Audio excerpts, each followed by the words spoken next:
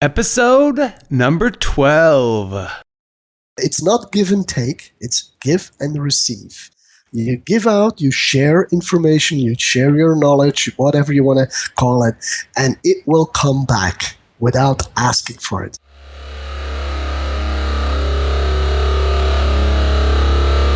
Welcome to the Be Real Show with Travis Too Tall and Huff, where we talk about solutions, tips, and tricks for social marketers and businesses.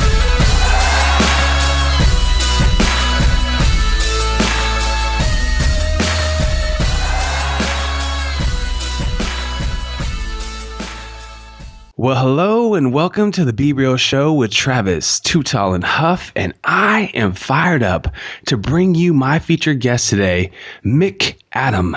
Mick, are you ready to be real? Yes, I am.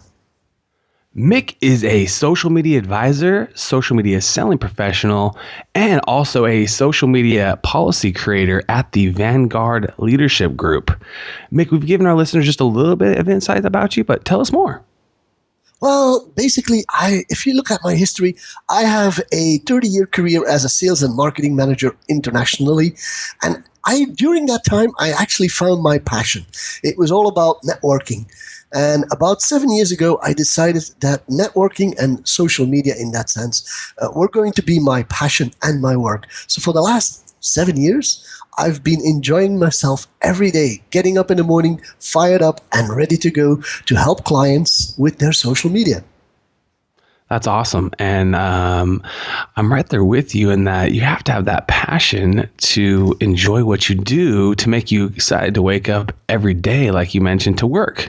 Exactly. I mean, that's the beauty of it is that it changes, there's evolutions, there's new stuff going on, and there's always new angles to look at the whole world. So it makes it, kind of fun. And that's Absolutely. What gets me going. Yeah, every day you could wake up tomorrow and the platform has changed. That's true. Facebook has gone through so many evolutions. The same with the Twitter and Instagram and LinkedIn now has just got so many more features and options and abilities to take advantage of it. It's almost overwhelming in some cases, it feels like, but it's exciting. It's exciting because it kind of puts you into that learning mode where you're never really stagnant, right? Yeah, I think, and that's also one of the nice things about this whole social media landscape. It never stops. There's new things coming on. There's new platforms coming in and out.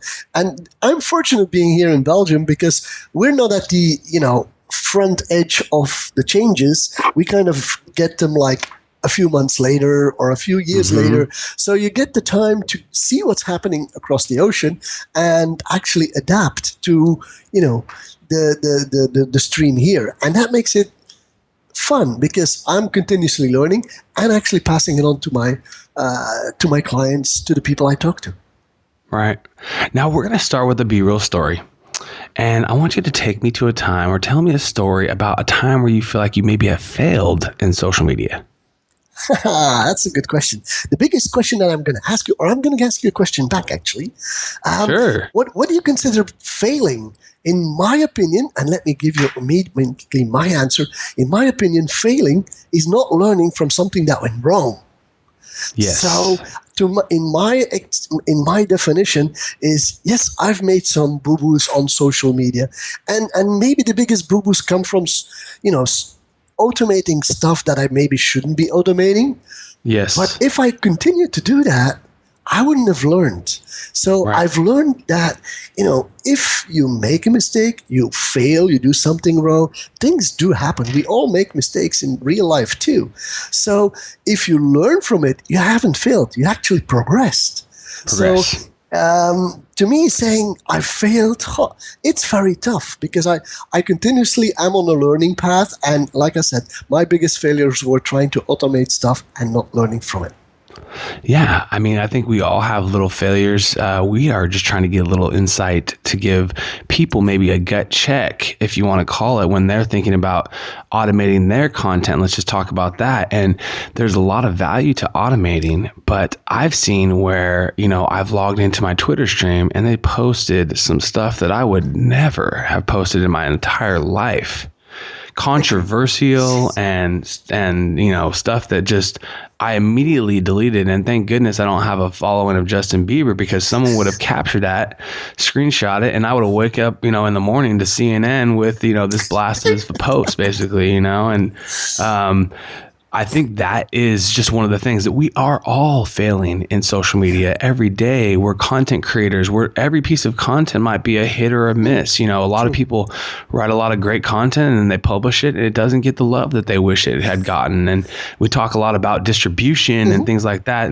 But like you mentioned, the biggest thing is learning from when you have had that failure and making sure that you next time don't automate your content in this case. For example. And the other thing is, it's such a fast world. You try and keep up with the Joneses. So you might once in a while end up doing something too quickly.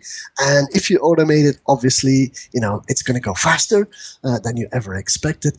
But if you learn from that experience, and there's nothing wrong. I mean, like I said, we all learned to our life, and during the whole time that we lived, we learned from our mistakes, and failure is only in your own mind if you stand still and don't move on from there. I think that's always been my life motto: is you can fail, you can complain, whatever have you, but you have to move forward. Absolutely. And learning from it, like you said, failure is the way to progress and learn. True. And it's the thing is, if you people are forgiving. Yes. Especially if you then say, you're sorry, or, you apologize for whatever went wrong. So people will take you at your value and will actually say that, have higher regards for you than before. Absolutely. I was just talking to Ekaterina Walter of Sprinkler, and she was talking about that exactly, just being able to apologize and being able to be transparent. And when people make an error, you say you're sorry and say them on social, and people will move forward too, but if you don't say you're sorry and you try to hide people's comments, delete them, not address the situation, that's when things can fail tremendously. And learning from them immediately is really important. I think, like you mentioned, now today more than ever, things are going so fast that you have to learn immediately too. You have to, that was a failure, but I can't do that again. So now take us to your most epic social media moment. Take us to that moment where you feel like social media really changed your mindset about the power of it, and maybe something epic that happened for you. Yeah. Well, I'd like to take you back to last year, actually. I worked for a company, a large motorcycle brand in Holland and in Belgium. And we decided to launch a new motorcycle in the marketplace. But rather than doing it at a great show, we decided to do it together or jointly with the dealer network that we had in place. And what we did is we asked people to come and look at the new motorcycle. When they came to there, they got a USB stick which had a 3-digit code on it. And the idea was that people could win a year of free riding on that motorcycle. So what happened is they had to send us an email through our Facebook page, and they were told whether they won or not. Now, the funny thing is that during that weekend, we gave away 800 USB sticks. 750 people actually send me a mail saying, this is my code. But what's really amazing is that out of these 750, we got 500 new likes, and people volunteered their email address, even if we didn't ask. So for the brand itself, they all of a sudden got 500 extra fans. They got emails that they could use, and they basically doubled in at that point, 48 hours, the number of people that liked the page. It was epic. And people were so happy to follow the page afterwards, they actually stayed quite engaged. And that was one of those moments when you say, this is worth it. You don't even ask people to give you or to volunteer your information, and they do, which is, when the trust gets created, then is what social media is all about. And that's when you have the epic stories. Yeah, and this is just an awesome way for showing people, hey, listen, think of outside the box in some cases and make it really interactive, like you guys did too, and people will be willing to give this information to you voluntarily.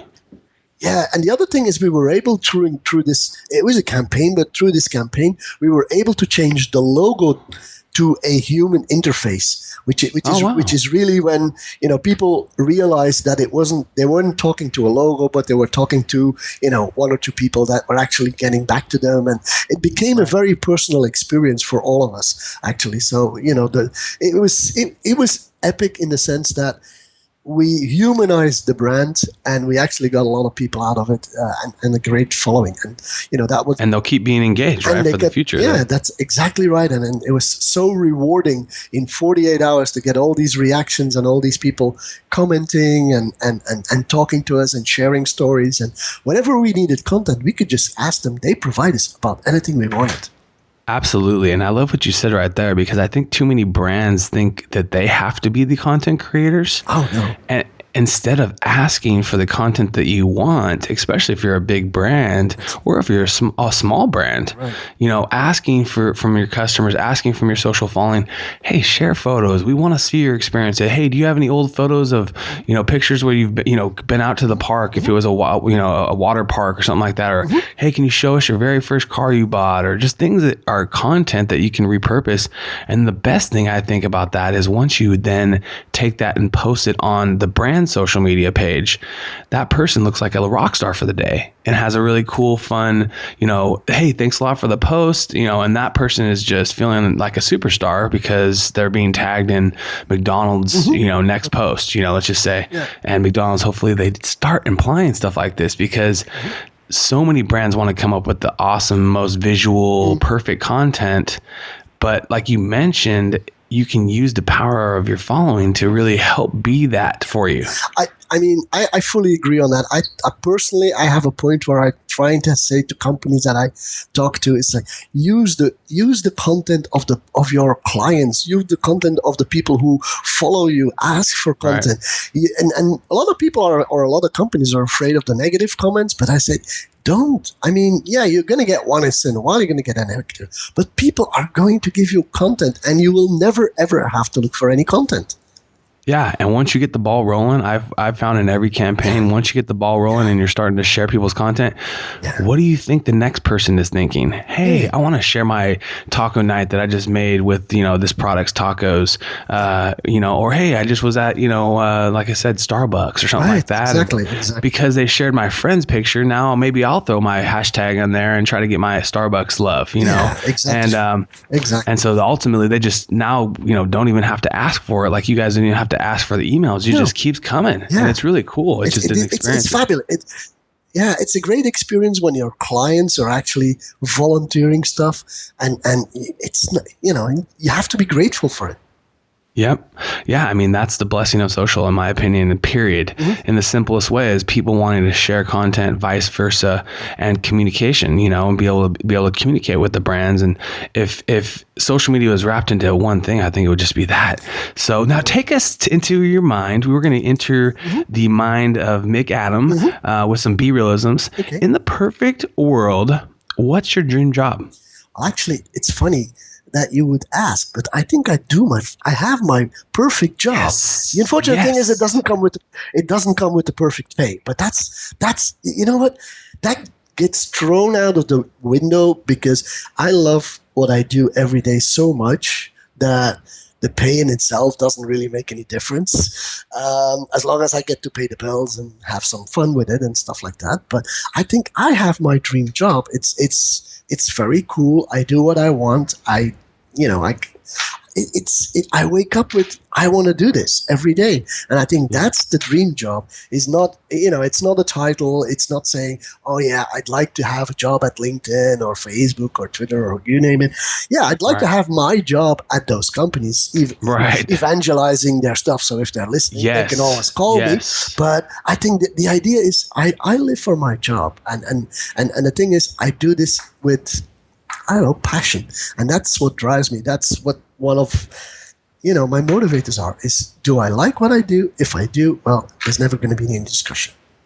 Absolutely. And I feel the same way as you with, you can't get in the rat race of revenue, and I think that's something that as a business owner, everyone kind of wants to do. As an entrepreneur, you always kind of want to do and aspire to do as you see people around you or competitors or things like that. But the most important thing is you love what you do. You wake up every day and you're planting seeds for the future, with every client and new, opportunities, stuff like this, a podcast where it's getting out there, and we're going to continue to grow and ultimately the same for you. I feel like that's one of the best things about being passionate for one, and also willing to wake up every day and do it, is you're going to win. There's going to be more clients, there's going to be more people that see you, and your influence grows over time. So take us to how you typically like to start your mornings. Well, actually, I do two things in the morning. I always have breakfast. I never skip breakfast. Nice. And during my breakfast, I basically do what I call my social media day routine, which consists of obviously sorting my mails in two categories: the ones I'm going to read, the ones I don't need to read. But then I move on to, what do I do on LinkedIn? Is I'm going to go and find out who looked at my profile and actually get in touch with them. I'm going to go to LinkedIn and see whose birthday it is or work anniversary it is and congratulate them. I'm going to get, people that have a new job, see what they do, maybe congratulate them. Well, mostly of the time. I'm going to connect with people. I'm going to check my email box. And the thing is, I'm moving on to Twitter and I'm doing exactly the same thing. Who are the new followers? Should I follow them back? Who stopped following me once in a while? And also whoever, mentioned my name, start conversations. If I see something come up, I will give them I'll give them a shout out and then go look at what those people are saying. And then obviously, like every good person, you check your Facebook stream to see if there's anything in there that you need to get back to. And I read for about 10 minutes. I read a few blogs left and right and collect my content. By then, my breakfast is finished and I can hit the road. Nice. So it's a nice little easy way for you to manage all those things that are so important in social selling. Like, it's such a huge term now. And, at the end of the day, it's working in so many different ways where people are having success, but it's done by these little actions like you're talking about, right? It's done by, connecting to people that are, connected to you and thanking them or congratulating them. And on Twitter, if people are giving you a shout out on Twitter in their feed, you got to give them a shout out back. Of course. Bottom line. And there's so many brands. We were talking to a couple that, they're getting maybe close to like 10 to 100,000 mentions a day. And in those situations, it's almost impossible to answer each one, but take at least a percentage, and really work at it. As a personal brand like me and you, it's easier to manage those, but as a personal brand, it's so important to manage those. And a lot of people don't, unfortunately, do those steps that you're talking about, and one that actually mentioned that I think I'm going to enter into my world is who's viewed my profile and how can I connect to them? Yeah. Because I think that's important. People that are viewing your profile. I mean, actually, I asked them, I thanked them obviously for visiting my profile. That's one thing. But I also asked them, if they found what they were looking for. And if not, how can I help?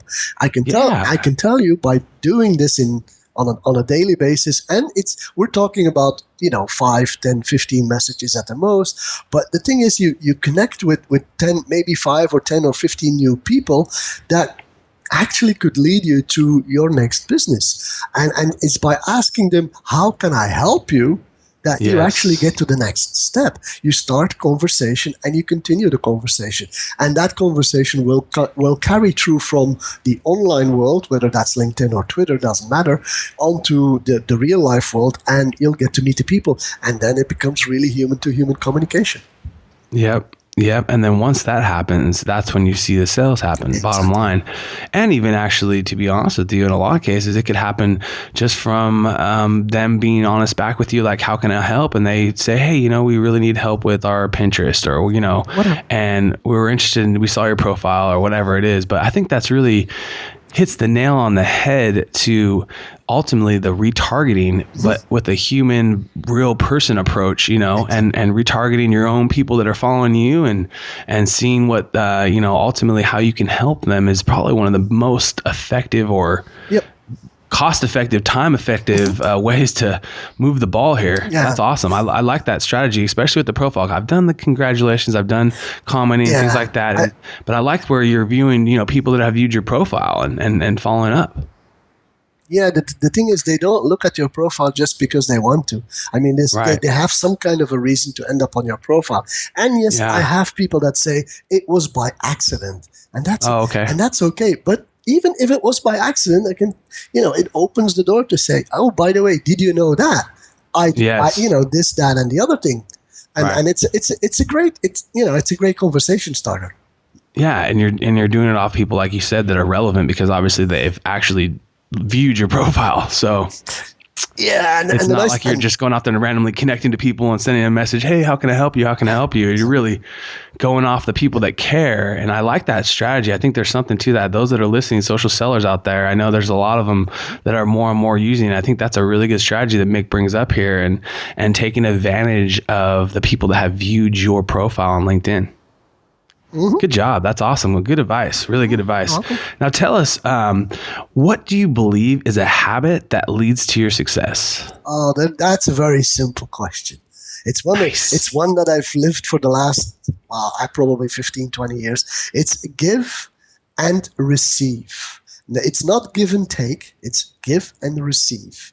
You give out, you share information, you share your knowledge, whatever you want to call it, and it will come back. Without asking for it, you will receive it. You will receive from other people help, even if you don't ask for it, but mostly if you ask for it, of course. But give and receive is that one habit that I've done for the last many years, and actually everything's gone, or most of the time, business is coming my way. I get referred by people that I've given stuff to, call it, and it works that way. Oh, yeah. And I feel the same thing about money, to be honest with you. I give on a weekly basis to different nonprofits, just in small micro, nothing huge, but just small micro payments to different charities and things that I believe in and causes that are going on throughout the month. And I try to get my social community to, kind of help, like be inspired by that, of the power of social giving. And so, but I think there's something to it where you don't have any expectations in the world, but you're giving out of the passion of your heart and soul, and you will receive. There's no doubt. And you have to be patient, though. A lot of people expect immediately, I'm going to give and I'm going to receive tomorrow. It's like, that's not going to happen. It might be 5 years from now, but all that giving that you've done, all that content, if you want to call it, and giving and putting out great content, every step you're doing to just give without expectation will be received. So I love that, what you said. Now we're going to enter the hot seat where you can share some phenomenal resources and just some real talk answers. Mm-hmm. Let's be real, Mick. If you could have lunch today with anyone in the world, who would it be? Again, another very simple question. The Dalai Lama. Nice. I think Ekaterina had the same answer. That's awesome. I think this man has so much knowledge and wisdom, which is really down to earth, and he's the man I'd like actually to sit down with one day. Nice. I think there's something to the way of meditation for sure for all humans. Yes. I think that there's something about being quiet and letting your mind, you get a lot more done in that quiet time than you feel like you do when you're super productive. And in the last 3 or 4 years, I've just been able to take these little 10 or 20 minute meditational breaks, and it's brought in a whole new level of light to my life, where the stress as it's going up, I'm still able to say, you know what, this is life, like this is stress, but life is still simple and I'm still breathing, and just the simple things you get to be really grateful for. Yeah. And so tell us. That's why I like his view on life in general. So. Right. I remember being early on, I'm an autograph collector, and the Dalai Lama was one of my first autographs, and he actually I could email him a request and he will sign an autograph for you. So if you're interested, his email is out there and I could get it to you. Okay. Well, I'll find it. That'd be great. You never know. Just a little conversation. Maybe it happens and stirred there. Through the email. That was in AOL days. So today I'm sure he's still on it and active. Okay. Do you have a favorite internet tool like a Buffer, Hootsuite, Juice? Do you like to use? Yeah, the thing is, there's lots of tools out there that, the buffers and the Hootsuites, and, I love all those guys, the Nerves, the Twitter chat tools, whatever. But my really favorite tool is plain and simply called Twitter. And I know, and I don't think, most people don't think of it as a tool. For me, it's a tool because it allows me to get, to learn, to make new contacts, to share information. To me, it's a tool that is actually helped me extend my reach, both inbound as well as outbound. And to me, that's, I always call it my toy, but it is it's the way I connect to the world. And to me, that's a tool. And obviously Buffer and Hootsuite and, Mention and whatever have you, all the other tools that are out there, they're obviously helping my life to be simpler. But at the end of the day, you're looking at Twitter. I know, and of course there's LinkedIn on the professional side, but I think Twitter is more, I have to ask me which one tool I would pick, it would be Twitter. Yep. Yeah, the actually native apps themselves are very helpful. I think that those are some of my favorite apps, and just working in those apps are very important. Obviously, there's so many tools out there, and it's almost overwhelming how many new things there are, and people trying to make money on it, obviously. Yeah. But Twitter's free. Yeah. Having your native app just updated, and they've taken that thing to a whole nother level, and that's how me and Mick met. Just so you real timers know, we met literally through Twitter, having some conversations on a notification, and then I thought, hey, this would be a great person to bring on the podcast from far away, from Fresno, California, and you're in Belgium, and we're talking through Skype, no big deal, and having an honest conversation where I'm learning things. You've given me a little even insight with the LinkedIn profile kind of deal, and ultimately this conversation is going to last forever through a Twitter conversation. And so, like you mentioned, it's the power of the native apps themselves is truly amazing.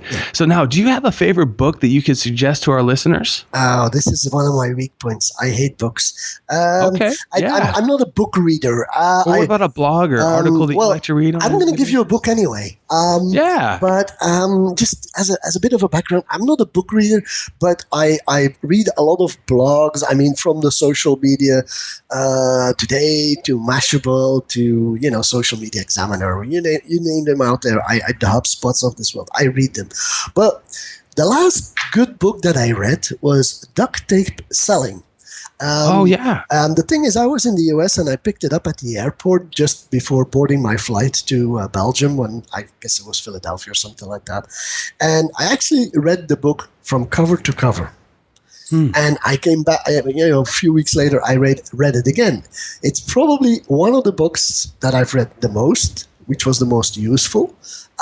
It's not a new book, I know, but still, it for me was the one that I said, okay, now I got to connect social media to the sales process. And that was actually a good transition for me to make that connection.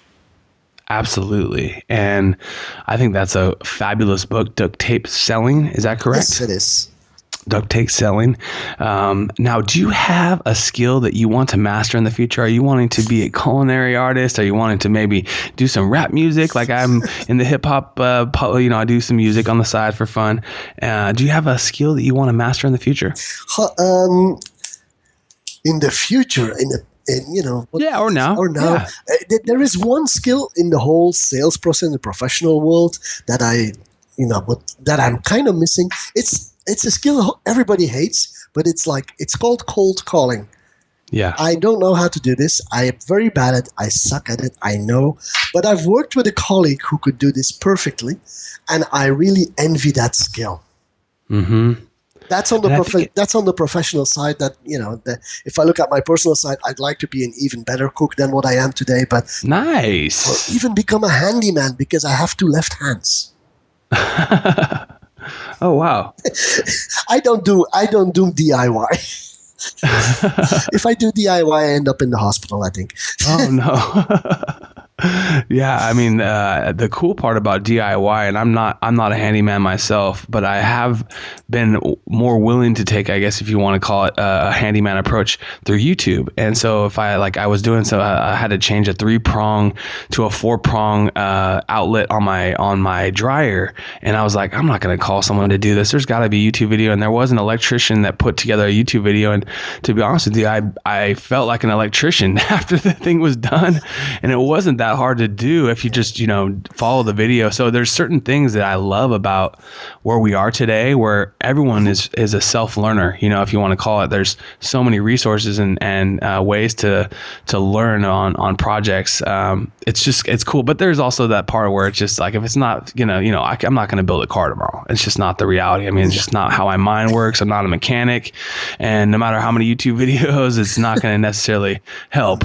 But I think for those more simple projects, it's really a kind of really cool way that we can source our mastering of new skills. I fully agree with you. I mean, YouTube is also my first port of choice when we have to do something. It's just go to YouTube, go to videos, and if whether it's professionally or personally, it doesn't matter. You'll find a video one way or the other, and it's so educational. So absolutely, I fully agree with you on that. It's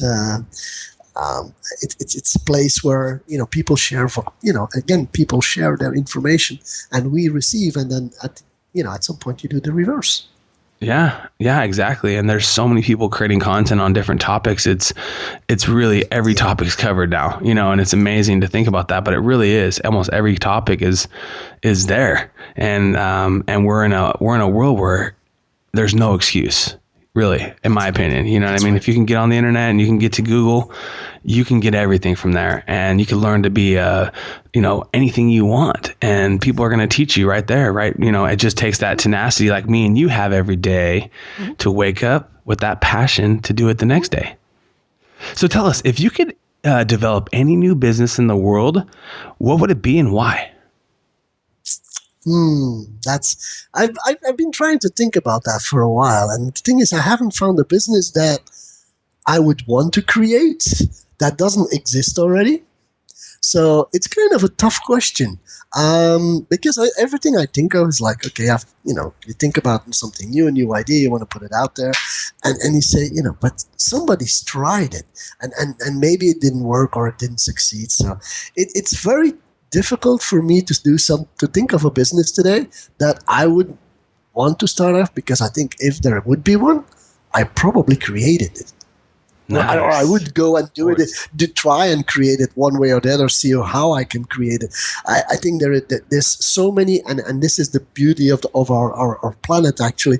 There's so many people with lots of creative ideas starting new businesses and stuff like that. And, I have to wonder, where do they get that idea? Is there a market for that idea? Or is there a reason why they do this? And at this point, I just don't have any of those ideas that I would want to develop into a new business, because, it's easy to say, I'm going to be the next, whatever, eBay, LinkedIn, Tesla, or whatever. Right. I mean, it's a great idea, but are we doing something different? I think if I want to start a new business, it's probably going to come out of an angle that isn't there yet, and probably to be defined. But I would try it myself anyway, or try and find people who will develop it with me. I think there's going to be a lot in social selling. I think there's going to be a lot in HR, the hiring process. And I also think there's those two areas in social media specifically. I think there's going to be a lot of entrepreneurship and service-based businesses that get a lot deeper and offer kind of what you're doing every morning at your breakfast, to be honest with you. Because when we go back real quick to cold calling, I truly feel like cold calling is not as effective as it was, obviously, let's just say 2000 or below. Let's just say 1980s to 2000. Today, people don't really have time to be cold called on it. And what you're doing with LinkedIn is much more of a relationship building, and what they would call is social selling. You're basically building a relationship and endorsing and giving love and doing also what you mentioned here with your quote of giving. You're just giving, and then you will receive. Yeah. People will want your service, especially if you put out good content and you're not pushing them, every day with I get these blasts on LinkedIn, and it's like, it's not, as personal as like what you're doing. It's like, it's like just telling me everything that they offer right here in some email. And it's like, I know you're sending that to everybody, and that part doesn't work. And I think the social selling is where people are just blasting information out there. But if it's real and you're sending a personal message like, hey, I just saw you, connected to my profile. I hope you found what you needed. And if not, how can I help? That's a real thing that happened, and I like that strategy you're using. And like I said, those in social selling, that's a strategy I think wins forever. I mean, I recently just had a friend that had a 6-figure plus deal come through LinkedIn. And and she's not even actively doing it, to be honest with you. It was just more of a passive thing that just kind of happened to her. So I love what you're doing. Tell us a little bit more about your business, just so we can get a little bit more, and the listeners can get a little bit more about what the Vanguard Leadership is all about, and then we'll find out how we can connect to you. Right. Well, what we do at Vanguard Leadership is actually threefold. On the one hand, and this is where the business actually started out with, is we created social media policies. Yes. So we help protect companies lose their reputation on social media, in the sense that we provide guidelines for their employees and also for the employees, of course, so that they don't do anything stupid for themselves and in name of the company. So that's one bit of the world that we're in. The second bit of the world that we're in is we work with companies on implementing social media and social selling, and that goes from creating the strategy to creating the accounts to do the conversations, create the content, monitor, which is a very important element in social media, and then actually posting and reacting in name of, and developing the sales teams in terms of how do they do social selling for their audience. The third component of what we do is we actually do a lot of training around different sites of social, whether it's LinkedIn, Twitter, but also how to use mobile devices such as tablets and smartphones in the area of the social media and just plain old mobile environment. So those are the three basic angles of attack, if I can put it that way, that Vanguard focuses on. How to get in touch with me or with us is you obviously go to my favorite tool called Twitter. My name, Mick Adam, 7 letters, MICADAM, is my Twitter handle. I monitor it closely. If otherwise, you can always go to our website, www.vanguard-leadership.be, which it's a Belgian company, it's a Belgian website, but the website is in English, so no worries there. And obviously you can find me on LinkedIn, you can find me on Facebook, you can find me on blogs. I mean, you name it. If you type in my name, you'll find me. He's out there. Well, you guys have been hanging out with Mick Adam and Travis Too Tall and Huff. I want to thank you for your time and keep being real. This podcast is proudly sponsored by realtimeoutsource.com, your social media management service for success.